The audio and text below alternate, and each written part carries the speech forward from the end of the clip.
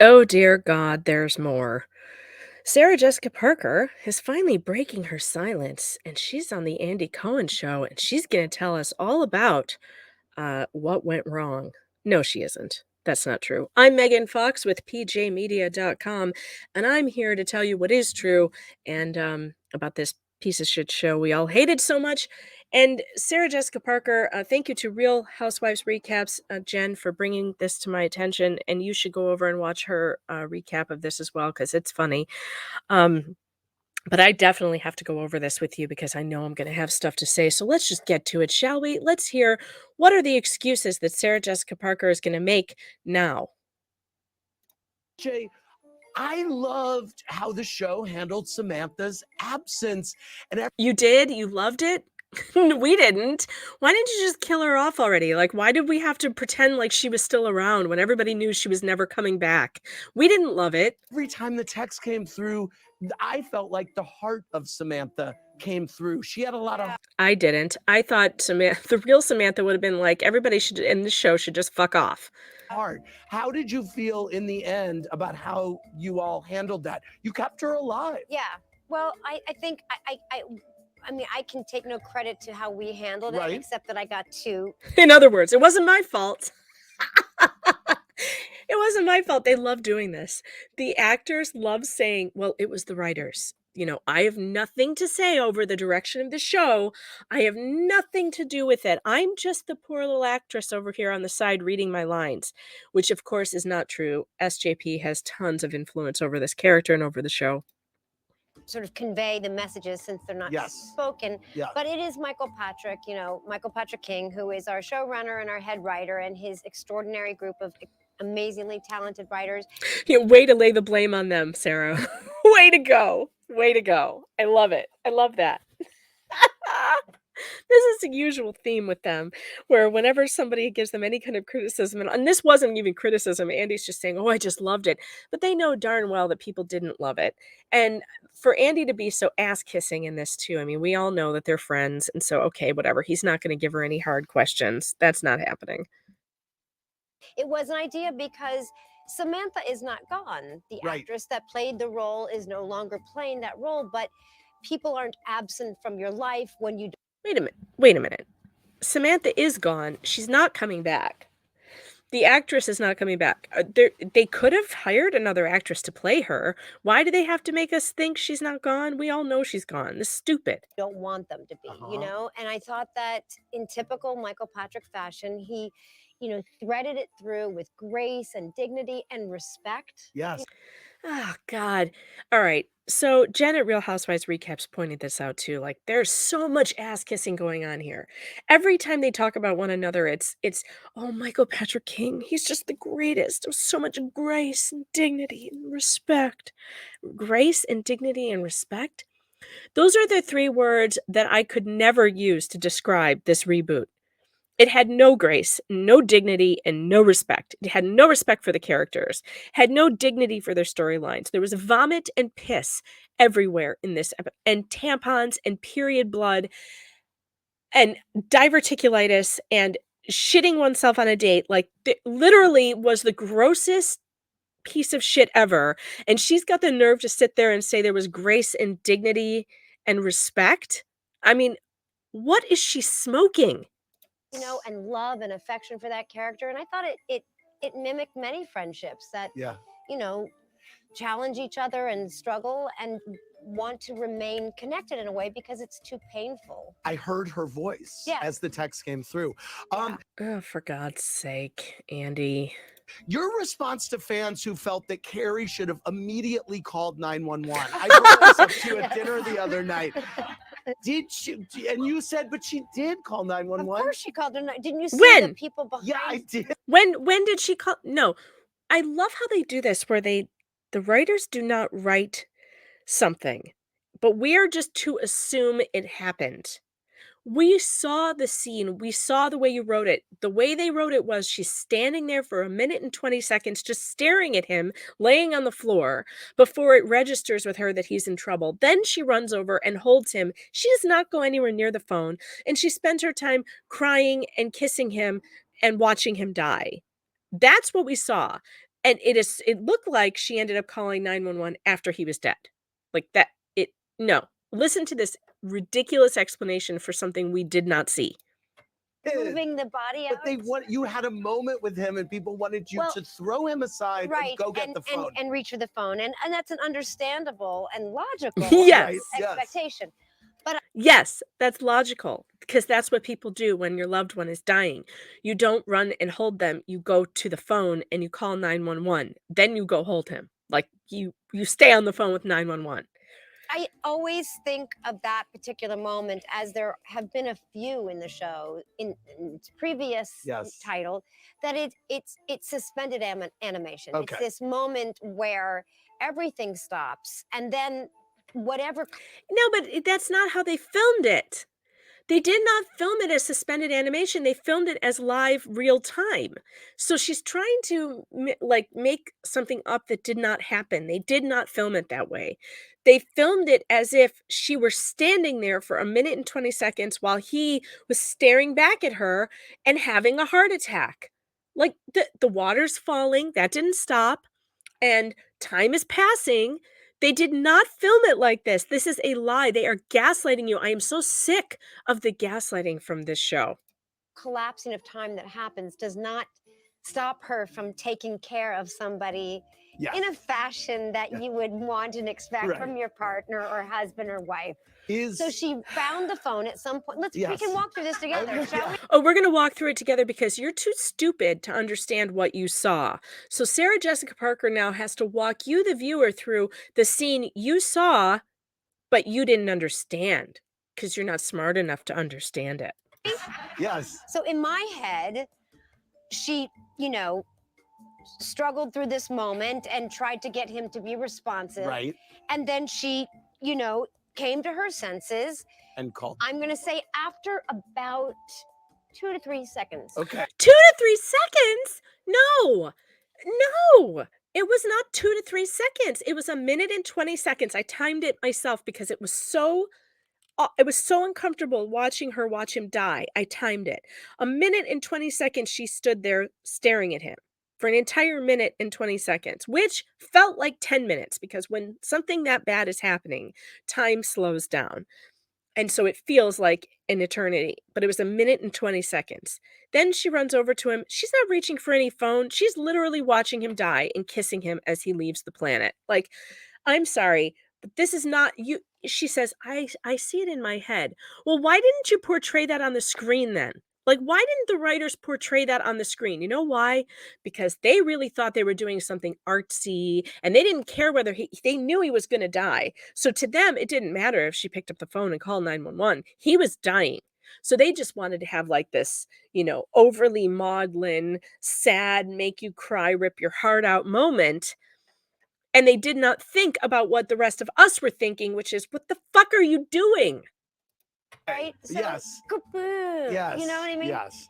And then, of No, course, she called I do not know 911 what and you got mean. all the help she needed from professionals. Yes. Unfortunately, they weren't able to. No, they weren't able to get there in time. They weren't able to get there in time. Thanks for watching. That's it? Watch more clips here. Oh, and there's subscribe more? to our channel. Okay, wait. There's more. What? Verizon is What's going happening? ultra, and so Oh, is our shoot. best unlimited plan. I don't want to watch commercials. Do you? Okay, so we'll try and go to this next one. I mean, Lord have mercy. I don't understand the constant explanation and the trying to explain. Okay, here we go. All right, no, I don't want that because what if there's like a copyright or something? Just like that, all 10 episodes. Okay, can we look at what she's wearing here for a second? Again, that tight bun. She loves to wear her hair like this. She wears her hair. This is a Sarah Jessica Parker look. She wears her hair slicked back in that awful bun. She does not do her hair anymore curly or down. She wears big hair pieces on top. That's not her hair. That bun, that's not actually her hair. That's like a hair piece that she wraps around her small bun. Because after years of bleaching and whatever else she did, she destroyed her hair. And so now she doesn't have her curls, and she also doesn't have very much volume. So they use these hair pieces. She looks like she's wearing a plastic garbage bag. I hate it. Her eyes are like that same look they did on Miranda with the raccoon, the drowning raccoon look with just black eye makeup all over the place. I hate this look on her. I think it makes her look crazy. I hate it. Anyway, and black nail polish, like, what is the deal? She looks like a, like, demon spawn. Available to stream on HBO Max. We're in the same outfit. You're in the similar outfit as an audience member. And here, I thought that when I came Someone out. in the audience is wearing the same thing. Yes. But from she here went up, with a boot. and you can wear a turtleneck, and I cannot. Behind the bar, Dan Clay is Carrie Drag. Why can she not wear a turtleneck? I don't Check out more of his get it. on Instagram at Dan_Clay. What is this? I don't want to watch all this. I haven't read anything, so I don't know about any the show is always overanalyzed. So that's true. Yes. Oh, she's saying she didn't know about any of the criticism. I call bullshit. Yeah, I guess I guess I'm grateful that we're doing anything which affords conversation. Like if it promotes. She can't even say it. She can't even get over. Okay, well, at least she knows. We now know that she knows because she's like. So you know that she knows. She knows. And I like how Andy's like, okay, moving on. So that's all he's going to give to the criticism. That's it. That's all we get on the criticism of the show. That's it. Like, wait, I got to go back to that. You think Just Like That is getting so overanalyzed? Are women not allowed to age and change? You guys are doing a great job representing women in their 50s and what we go through. Oh, such ass kissing. I haven't read anything, so I don't know about any the show is always overanalyzed. So that's true. Yes. Yeah, I guess I'm grateful that we're doing anything which affords conversation. Like that was funny. Anything that affords conversation. I hate this explanation, by the way. They're like, well, as long as there's discussion, then it was all good. No, actually, it's really, really bad. We really, really hate it. And we wish that you would actually address it honestly and just be like, you know what? We're sorry. We fucked up. But they're not going to do that. Promotes it. That's great. Lauren B said, I love the Just Like That finale. Was it intentional to have Carrie questioning what Miranda was going to do in LA to be a parallel to Miranda's concerns from the Sex and the City when Carrie went to Paris for Petrovsky? That's a Michael Patrick King question, and we shall forward that to him. Right. She can't answer that question? Seems pretty obvious to me. I mean, that's a pretty easy question. Certainly, it was absolutely like mirroring what happened with her when she went to Paris. But Carrie and Miranda are always very hard on each other. I mean, I think they know that the relationship can sustain really probing, honest, sometimes painful conversations. They had no painful conversations this season. Miranda shut it down every single time, and Carrie didn't even try. Like, she watched Miranda blow up her marriage, ruin her family, and never said a damn word. And when she did try, Miranda shut her down immediately. So the idea that they were good at having these painful conversations, well, they maybe used to be a long time ago, but now all of a sudden, they're not allowed to have any meaningful conversations at all. About who are you trying to be, is, like all these questions about, are you being true? Are you you know what I mean? Yes. The two of you. I love those scenes with Cynthia. I do too. It's so wonderful. What? You love them? We got nothing. We got nothing. Like, come on. This is so insane. We got like one throwaway line in a bathroom with, I'm sorry. This is insane. They had no real conversation. Carrie never said to Miranda, what are you, out of your goddamn mind? Why are you doing this? And actually had her answer. Instead, Miranda was like, I feel judged. I'm going to be me. I'm going to go do me. Whatever. I mean, it was so bad. The writing was so bad. It's like they imagined in their minds that they were having these conversations, but they never showed them to us. And we were just supposed to know that it happened. Same with the 911 thing. We were just supposed to know. They don't have to write it for us. We were just supposed to know what was happening inside their heads. To see the two of you act together, and the scene where she had just gotten fingered in your kitchen and you pissed yourself in the bed. I mean, what happened after? Seen that yet. Yes, it was no, but your fight with her was incredible. And her monologue about breaking down and saying, it's I'm not happy. It was incredible. It's such a privilege. And how about, I mean, so much of what Kristen did, as I recall, and so many people have shared with me how much they've loved her work this year. And her scene at the picnic table where she's like, wait. You're gonna have binary sex, like non-binary, like Okay, they think that scene at the picnic table, again, they believe that these conversations they had were like really deep and introspective and all these grand things, when truly they were just throwaway lines. Again, that picnic table scene where Charlotte tries to hold Miranda accountable, Miranda shuts it down immediately and it never goes anywhere. It never goes anywhere. That whole thing, wasn't she amazing in that? No, she wasn't. No, she wasn't amazing. No, the writing was absolute shit. Nothing happened in that scene. No one got anywhere. All we get is Miranda getting her way and not having to hear any criticism from anyone. And that line about you're just not progressive enough, I don't know who came up with that, but it was stupid. I mean, everybody. Yeah. And Sarita, as you mentioned, and Nicole and Karen Pitt, there's just so many. Bobby Lee, there's a bunch of great, exciting. LTW, I'm obsessed with. Yes. I want to go back to our virtual audience. Melissa and Jason from California. What's your question for Sarah Jessica Parker? Hi, Sarah. I'm a big fan of Sex in the City for a long time. I just want. Okay, how come they didn't ask any of us to do this? How come Andy Cohen didn't reach out to Real Housewives Recaps or Diego Knows or me to ask us what our questions for SJP would be? Clearly, these people have been handpicked. Let's hear what kind of ass-kissing question this is going to be. I want to thank you for being on here. Andy, big fan of you too. Bigger fan of the Grateful Dead. Totally. Terrapin, what's your question?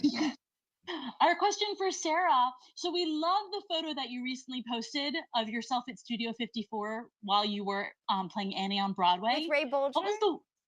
Yes, exactly. What was the wildest thing that you got into that night? Yeah, cherry. Are you kidding me? It's not even about And Just Like That. This is about something else that she's doing right now. So this was a planted question to bring up her new project, whatever this project is that she's working on now. Do you see how this works? I don't believe that woman on the right, by the way, the woman who just asked the question, she's probably a producer on the show that Sarah's in now. This is... Someone needs to ID her. Let's get 4chan on it. Let's find out who this is, because I guarantee you that, like, this person right here, she's probably a producer on the show.